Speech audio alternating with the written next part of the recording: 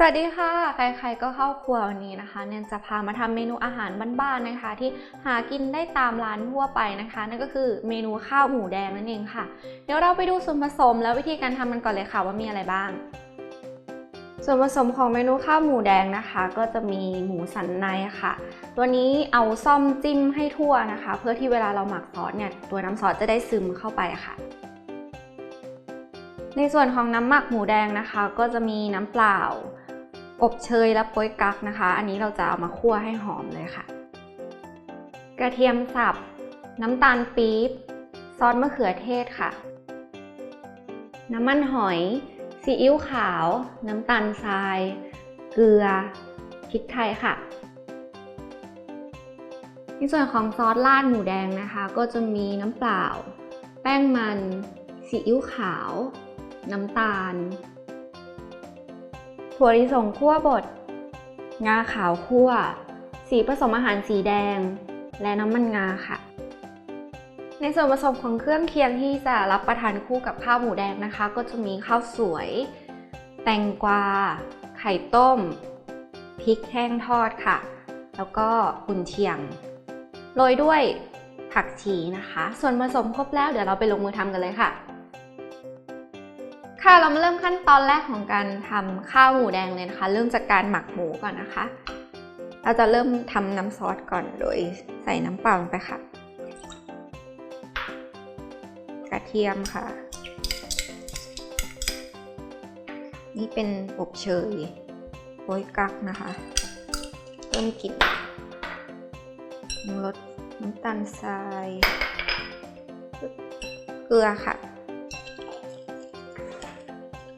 น้ำมันหอย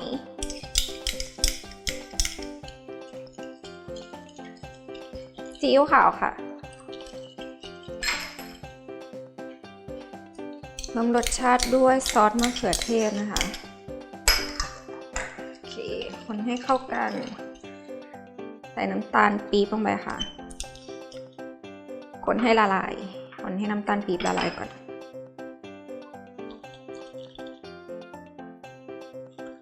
พอน้ำตาลปี๊บละลายดีแล้วนะคะก็ใส่สีผสมอาหารลงไปสีแดงนะคะเพื่อให้มีสีสันสวยงามนิดหนึ่งเสร็จแล้วนะคะเราก็จะใส่หมูลงไปค่ะแล้วก็กดให้น้ำท่วมตัวเนื้อหมูนะคะ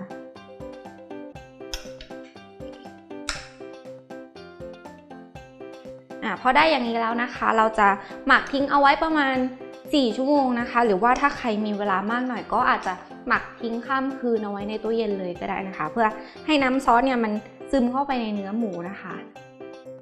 เดี๋ยวแนนจะหมักทิ้งไว้ก่อนแล้วเดี๋ยวเรามาดูขั้นตอนต่อไปกันค่ะ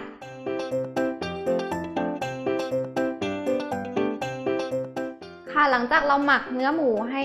ได้เวลาแล้วนะคะก็จะเอามาต้มต่อค่ะโดยเราใส่ทั้งเนื้อหมูแล้วก็น้ำลงไปเลยค่ะแล้วก็ใส่น้ำเปล่าลงไปนะคะพอท่วมตัวหมูค่ะ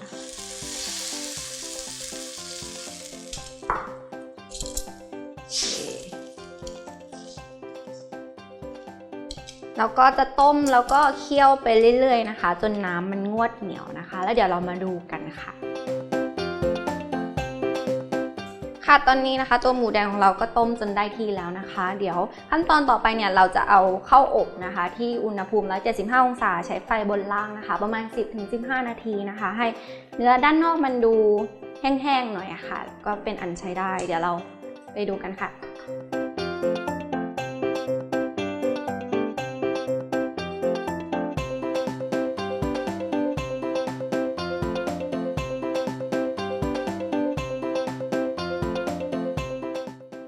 เดี๋ยวเราจะมาเริ่มทำน้ำซอสราดหมูแดงนะคะเริ่มจากผสมแป้งกับน้ำค่ะ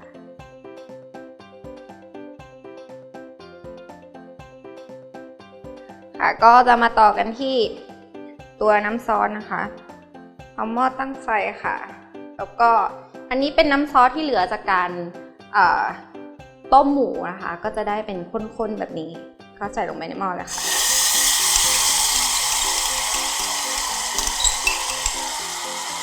ตามด้วยน้ำเปล่านะคะ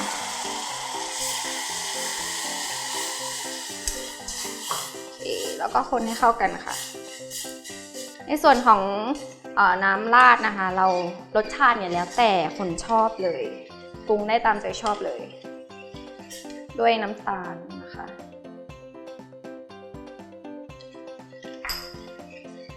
ซีอิ๊วขาวค่ะแล้วก็คนให้เข้ากันนะคะรอจนเดือดนะคะ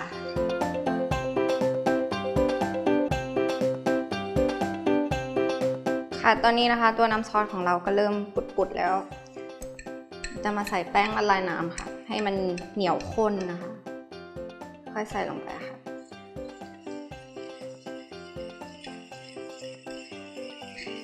ในขณะที่ใส่ก็ต้องคนไปด้วยนะคะไม่งั้นเดี๋ยวมันจะจับเป็นก้อนนะคะความข้นเหนียวเนี่ยแล้วแต่ชอบเลยค่ะพอเริ่มเดือดปุดๆอย่างนี้นะคะก็ใส่น้ำมันงาลงไปค่ะคนให้เข้ากันนะคะท้ายด้วยงาขาวค่ะและถั่วลิสงบดนะคะก็คนให้เข้ากันค่ะ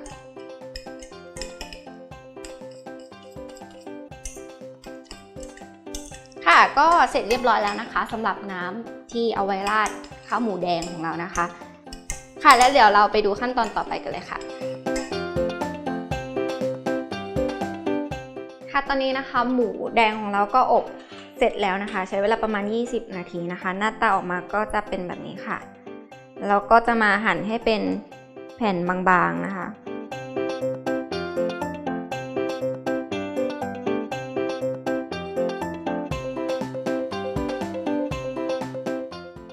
ก็หั่นไว้เรื่อยๆนะคะ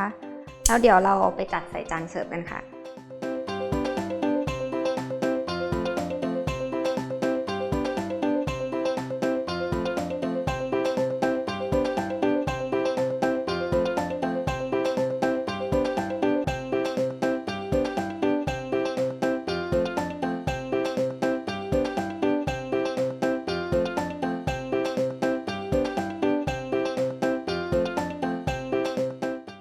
พอเราจัดจานเสร็จแล้วนะคะเดี๋ยวเรามาทำขั้นตอนการราดน้ำค่ะราดลงไปเลย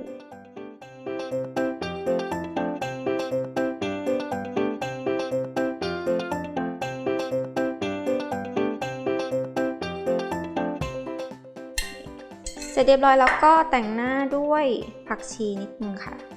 ความสวยงาม